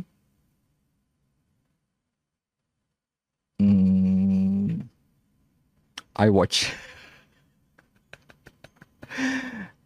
iWatch yang generasi pertama ya. Saya nggak tahu kalau yang berikutnya nggak ngikutin banget sih. Tapi yang pertama ya itu dia sendiri yang bikin. Jadi kayaknya itu kalau ada produk baru banget, nah itu dia yang bikin. Tapi nanti begitu udah terus-terusin, ya udah itulah biarinlah si Foxconn yang nanganin gitu. Oke. Nah, kemudian di sini ERP. Tadi ini kan udah ERP itulah Enterprise Resource Planning. Jadi untuk semua resource yang diperlukan untuk bikin satu unit produk itu apa aja. Misalnya Xiaomi punya produk banyak, produknya ada apa aja, terus total semuanya berapa, suppliernya apa aja, karena supplier harus dikunci. Nggak lucu gitu kan, oh ininya habis, karena mungkin kalian nggak ngalamin, tapi kita dulu sering ngalamin, tapi mungkin nanti bentar lagi ngalamin. Chipnya terbatas, habis. Kalau kalian dulu tahu si VGA card ya, VGA card mahalnya minta ampun karena chipnya habis. Gara-gara waktu itu, gara-gara apa? Gara-gara waktu itu Taiwan sama Hong Kong protes ke Cina gitu kan, karena nggak mau masuk ke negara Cina gitu. Itu dia sempat, itu efeknya heboh banget gitu. Karena ternyata chipnya ada di mana-mana kan, di mobil ada, di handphone ada, di jam ada gitu kan, di kamera ada, di mana-mana ada chipnya gitu. Nah, jadi itu sempat kejadian sama sebelum itu lagi tahun 2000-an sempat pabrik memori Malaysia kebakar. Sampai akhirnya harga memori naik dong seluruh dunia. Itu juga gila banget itu. Makanya kalau misalnya ada apa-apa, itu masalahnya masalah keamanan negara itu. Bahkan bukan negara, mungkin dunia gitu kalau si pabrik chip di Malaysia itu. Padahal pabrik chip di Malaysia itu dari Fairchild. Fairchild itu waktu itu datangnya maunya ke Indonesia karena lebih murah. Kita yang nolak. Menterinya namanya Sudomo. Saya kasih tahu aja, saya ngerti banget. Saya waktu itu orang saya masih hidup, udah hidup di situ kan, saya tahu banget. Dia yang nolak. Alasannya apa? Karena terlalu high tech, nggak padat karya. Itu dia yang nolak. Udah mati sekarang sini.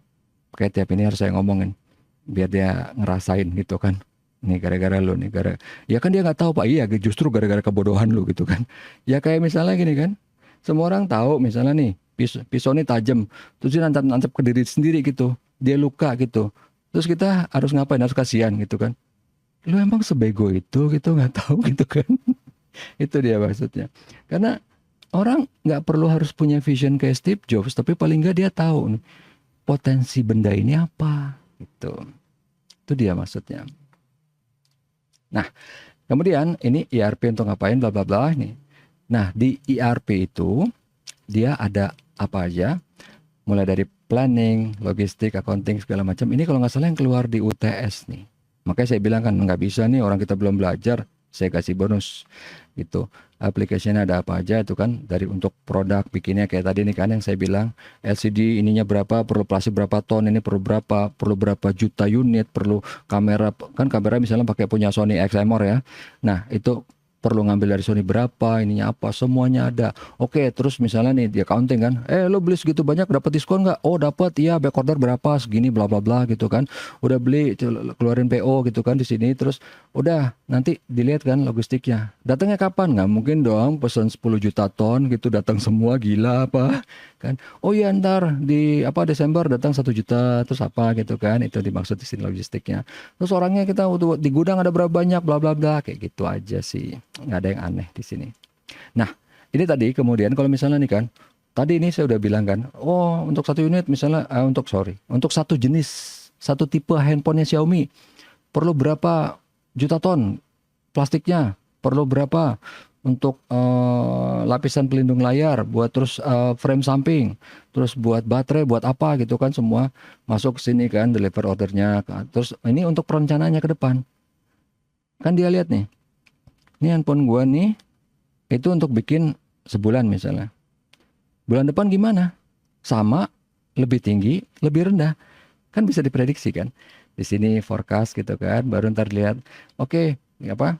Kira-kira gimana nih? Oh, bikinnya mungkin bisa naik nih berapa persen gitu kan. Tapi lihat juga di sini nih. Naik gitu, tapi kan nggak mungkin semuanya bakal kejual karena ntar ada orang yang order balik nih. Ini yang normal nih yang diserap gitu kan. Kalau di Apple kan nggak, dia biarkan si Foxconn yang nyerap gitu kan. Nah, di sini misalnya ada defect, ini yang dibalikin. Jadi di Apple tadi kan misalnya 10, 5 itu balik beneran balik. Tapi bukan di benar-benar ganti unit loh ya. Bocel dikit, oh ya Pak ini, tek, ganti unit. Bukan diganti LCD-nya, enggak. Ganti unit langsung. Itu kan kayak orang bego banget gitu kan. Maksudnya bagi kita yang ngoprek, ya elah lo tinggal ganti ini doang. Karena lo yang bikin susah gitu. Kalau ini ya, ini sekarang saya kasih yang lucu-lucu aja nih, yang gampang nih. Ini obeng kan? Obeng itu kan ada berapa jenis kan? Kalian tahunya plus sama minus kan? Kan ada hex, ada torch, ada apa segala macam. Nah, MacBook, untuk buka MacBook dia pakai ada 6 jenis tipe itu.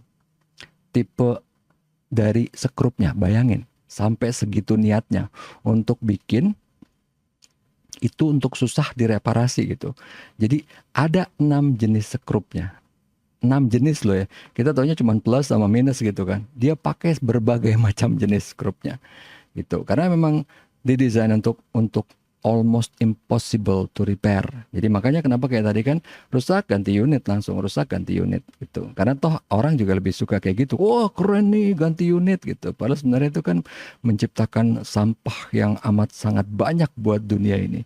Dan itu udah banyak terbukti. Sekarang di Laut Pasifik tuh lagi ada project itu untuk karena sampah larinya ke laut semua. Oh, sampahnya benar-benar banyak gitu. Dan itu projectnya nilainya miliaran dolar. Kalau sebenarnya cuma nih gara-gara kayak gini-gini aja nih gitu kan. Gitu. Ini benefit challenge-nya oke udah ketahuan. Cost-nya juga tinggi kalau pakai cara yang normal. Tapi kalau pakai cara yang tadi gitu kan, yang dibikin built-in dengan produknya, itu bisa meminimalisir kegagalan, bisa lebih bagus gitu.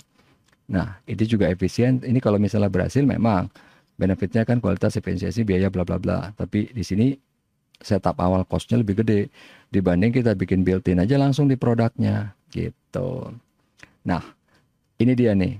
Cost of implementing new ERP-nya itu memang kebanyakan pasti di re-engineering, ngerubah sesuatu. Ini yang Apple bilang kan, ngerubah mendingan gua langsung bikin di produk. Jadi kalaupun gua re-engineering sekalian produk gue.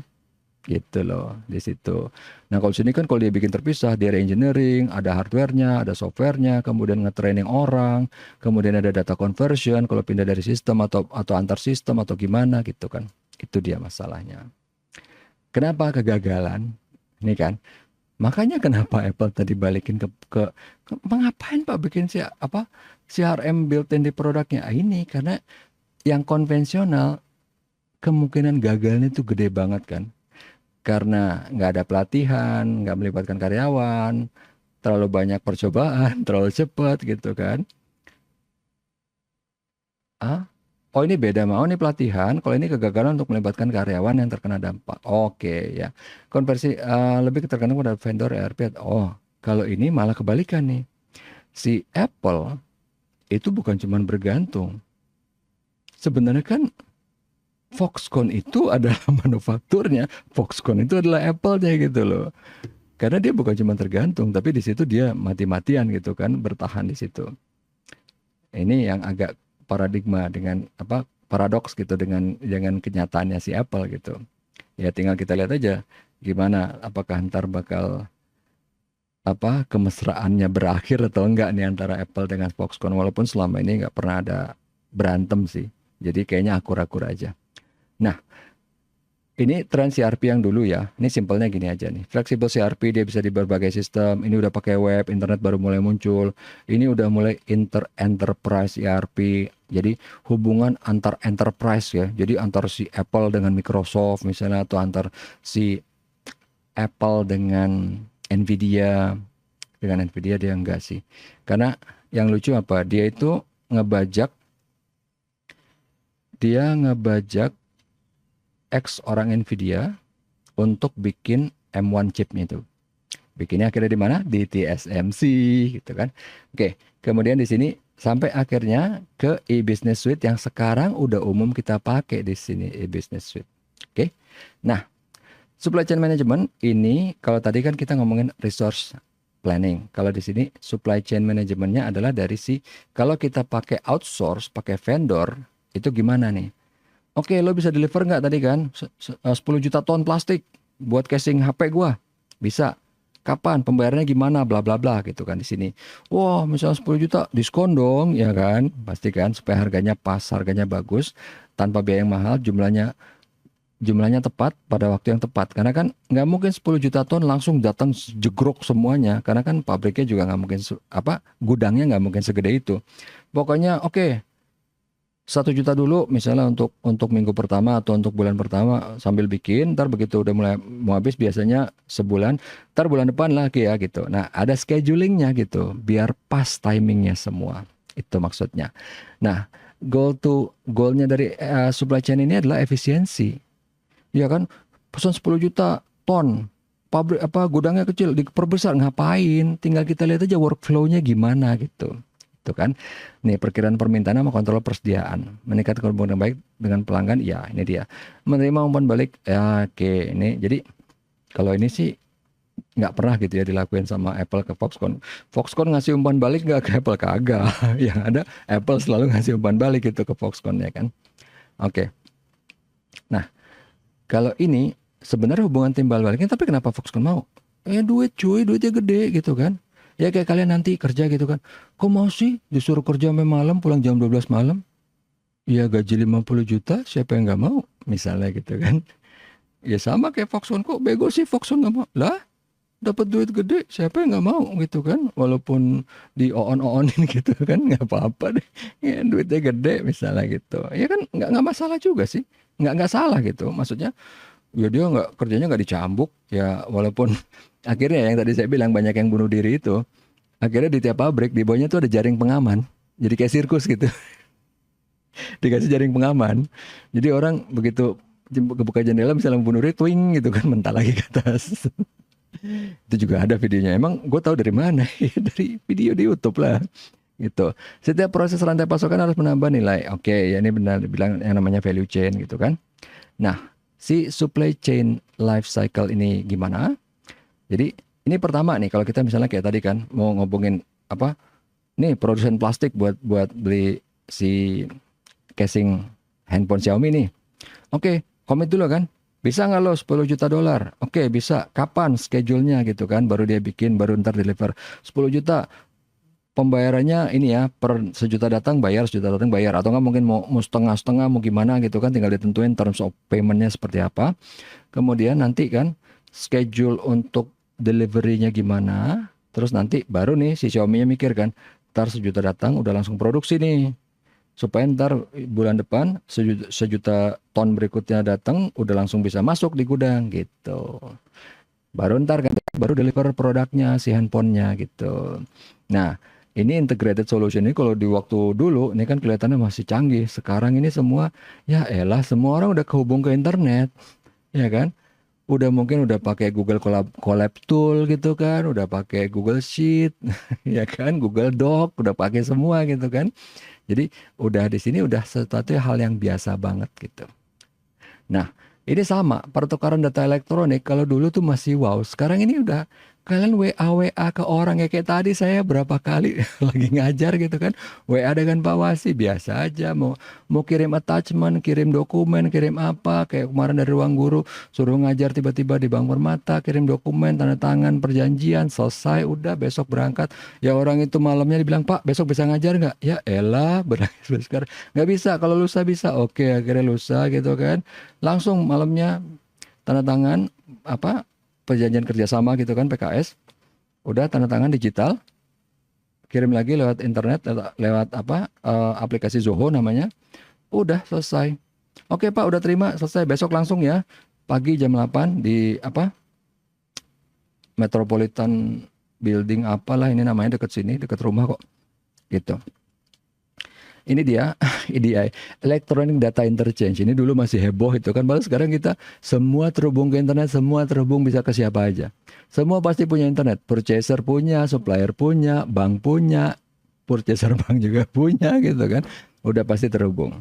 Nah, ini yang saya bilang tadi masalah strategiknya. Kalau untuk si supply chain management kayak gimana? Kenapa Samsung mau bikinin LCD buat Apple? Karena LCD yang dia bikin buat Apple beda yang buat Samsung. Jadi dia harus punya line produk sendiri kan. Production line sendiri untuk bikinin buat Apple. Kenapa dia mau? Kenapa dia nggak bikin aja buat Galaxy-nya dia? Karena kan strategis. Dia ngeliat kan. Kayaknya bagus nih produk-produk Apple nih. Paling nggak dari layar gue bisa lihat kan. Oh bentuk layarnya tengahnya ada lubangnya. Ada buat bolongan apa sih? Buat tombol dulu ya. Apple yang dulu kan masih pakai tombol kan. Akhirnya Samsung bikin. Dimarahin sama Apple, berantem lah di pengadilan. Itu seru itu dulu kasusnya gitu. Tapi di sini strategi gitu kan, jadi tinggal dilihat kan. Oke, Samsung bilang oke kita bisa nih terima aja order. Kenapa bos? Tapi kan ini jadinya kita berkurang buat bikin. Nggak apa-apa, kita bisa niru bla bla bla segala macam. Oke deh, berarti production line-nya gimana nih? Kita lihat operationnya gitu kan. Kita harus alokasikan berapa ribu unit nih misalnya gitu kan. Oh kapasitas kita berapa? Pabriknya kan kalau itu yang lucu ya. Samsung punya pabrik di Amerika. Apple nggak punya pabrik di Amerika. Apple pabriknya di Cina.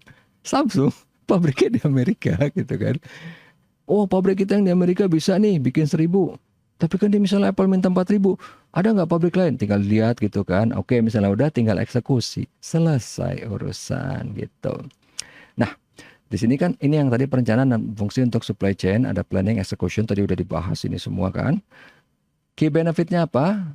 Ya iyalah kalau kita udah ada planning yang bagus. Eksekusinya juga mulus. Delivernya mulus semua. Ya pasti semua ini apa lebih cepat prosesnya udah akurat gitu kan ada jadi persediaan nggak perlu banyak-banyak di gudang jadi nggak perlu gudang yang gede karena datang bikin datang lagi bikin datang bikin gitu kan bahkan kalau di Jepang ada yang dibilang namanya zero inventory benar-benar nol benar-benar bikin selesai datang yang ini datang bikin selesai langsung datang jadi minim banget inventorinya bisa dibilang nggak ada atau dibilangnya adalah JIT dulu ya just in time inventory lebih cepat masuk pasar ya karena dia lebih gesit gitu. Biaya transaksi bahan lebih rendah. Iya karena memang pertama dia mungkin karena semuanya ngalir jadi kan nggak perlu gudang yang gede itu semua pasti jadi lebih efisien lebih murah gitu. Itu dia maksudnya tadi di sini kan. Ini goals and objektifnya dari si SCM itu apa? Jadi kalau di sini nih kan si business value-nya dari si Apple nih, balik lagi kita kan, misalnya bilang, oh pokoknya kita sangat secure gini, bla bla bla, tapi nggak boleh ada software lain masuk, bla bla bla. Nah itu yang di transportasikan ke si customer. Jadi Bedanya kalau yang di sini kan seolah-olah ini business value, ini ada customer value, tinggal dilihat mana yang apa cocok matching atau gimana. Kalau di Apple kan enggak. Dia memaksakan value-nya dia di user. Pokoknya nggak bisa. Lo harus pakai kayak gini. Itu yang dipaksa. Dan orang ya udahlah, orang enak kok, orang bagus kok. Kayak misalnya gitu kan kalian yang misalnya nih ya, kalau yang cewek kan ngapain sih lo pacaran sama dia? Orang galak gitu. Ya gimana? Ferrarinya ada 6, Lamborghini ada 7, hotelnya ada 8, kastilnya ada 9. Ya gimana? Gitu aja sih gitu kan. Ya kita hidup ini nggak selalu wah nggak ada hitam putih. Ya, dia happy ya udahlah biar aja walaupun habis itu besoknya bonyok ditabokin. Ya udah lo udah tahu konsekuensi kan mau gimana gitu. Itu aja. Oke. Nah, di sini kok belum ya? Oh, ini benefit challenge. Oh, tadi kan key challenge-nya si SCM belum. Jadi ini sebenarnya kurang lebih sama aja dengan tadi ERP. Masalahnya adalah di perencanaan. Sama kalau datanya akurat, sekarang udah nggak masalah. Data udah bisa dibilang akurat. Gimana Pak? Dari internet, dari big data. Kurangnya kolaborasi. Nah, ini yang susah. Bukan apa-apa. Masalah manusia. Kadang-kadang manusia susah diajak kerjasama. Kalau staff sama staff gampang. Bos sama bos yang susah. Itu dia. Terus untuk SEM sekarang udah matang, udah bisa. Bahkan ya itu tadi, Apple udah menempuh cara lain dari produknya langsung bikin built-in. Gitu kan. Ini trennya sekarang kalau tadi kan information sharing doang, order management, kemudian collaborative marketing, ini udah terjadi semua di stage 3. Ini kan ada stage 1, stage 2, stage 3. Gitu. Oke. Ya, ini udah habis yang tadi saya bilang. Saya tuh mau bilang pertama di sini, ya ini orang udah pada kabur semua sih ya. Jadi ini pertama dulu ya keanehan-keanehan yang saya lihat ya. Ini semua mata kuliah yang saya ajar ini sama semua parameternya, tapi tiba-tiba ini beda sendiri nih. Jadi case method ini. Ini entah kenapa nih, saya nggak tahu. Padahal ini kan ini yang kita sekarang kan ya Selasa ya. Nah, ini berubah sendiri, tapi itu nanti kita akan lihat di si akadnya ya. Sekarang kita lihat dulu yang di Adlink-nya. Jadi di sini kan kalau kita udah tahu nilai itu kan 35%, 35% sama 15%, 15%. Nanti ada di si akad juga. Tapi ini ada yang saya baru ketemu pas kemarin-kemarin malam itu saya lihat. Jadi di sini di presensi itu emang ternyata dipecah lagi di sini nih. Di feedback, di interaksi gitu dipecah lagi. Nah, ini yang saya nggak ngeh gitu kan ternyata. Makanya kemarin tuh kan saya langsung ngelakuin semua aja ini absensi langsung 100%, 100%, 100%. Ternyata sama dia dipecah lagi di sini. Jadi ini apa nih? Jadi kalau kita mau ngelihat materi atau apa, lihatnya di Adlink biar langsung nih. Biar langsung kecatat. Kemudian kalau feedback ini, jadi kalau misalnya mau ngelihat apa, saya baru ngeposting apa, tinggal bilang apa gitu, oke atau apa, ini juga kecatat sama dia di sini nih. Itu yang tadi saya bilang, kalau misalnya kalian mau perbaiki nilai atau apa, itu bisa masuk lewat dari jalur sini. Jadi tinggal lihat, oke, masukin sini, karena ini nanti otomatis udah langsung ke apa namanya ya, ke tulis apa terhitung di dalam sistem gitu. Itu yang pertama. Nah, sekarang kita lihat yang si akadnya di sini ya. Di si akadnya itu untuk yang kalian ya. Ini itu kan yang MN34R kita masuk ke sini dia. Ini kan udah tinggal 1 menit lagi masih bisa lah kita. Ih, apa sih ini session tokennya rese banget. Orang ini masih kebuka kok. Saya nggak kemana-mana. Oke lah, nggak apa-apa. Ini terakhir ya. Jadi ini yang saya cuman mau validasi aja ke kalian mengenai komposisi nilai tadi. Ini sebenarnya udah fix, nggak masalah, sama dengan yang lain nih. 35, 35, 15, 15, nggak ada yang aneh gitu. Dari si akad dilempar ke LinkedIn, tapi tiba-tiba beda jadi case method atau apa gitu ya. Ini nggak ada parameter yang bisa dirubah dan nggak ada yang bisa saya rubah di sini. Itu kan ini kan dari bagian pendidikan. Itu aja tadi untuk di sini. Kalau yang ini nggak ada masalah. Tadi cuman sebenarnya mungkin ada yang saya mau bilang. Oh, udah itu semua. Ini nggak ada, tinggal saya tutup. Udah itu aja. Sampai sini ada yang mau bertanya atau ada yang kurang jelas? Kayaknya nggak kali ya, gila. Udah jamnya pas. Oke. Terima kasih atas atensinya sampai terakhir ini. Asmal baru muncul. Enggak sih, udah dari tadi. Oke, terima kasih. Sampai ketemu lagi. Mudah-mudahan ya kalau bisa di minggu depan. Tapi kalau enggak, saya akan update nanti lewat Adlink ya kalau ada apa-apa gitu. Oke, ini udah selesai. Terima kasih atas atensinya. Mudah-mudahan insya Allah bisa ketemu minggu Makasih, depan. Pak. Iya, sama-sama. Iya, Oke, Pak. terima kasih. Assalamualaikum warahmatullahi wabarakatuh. Ya, sama-sama.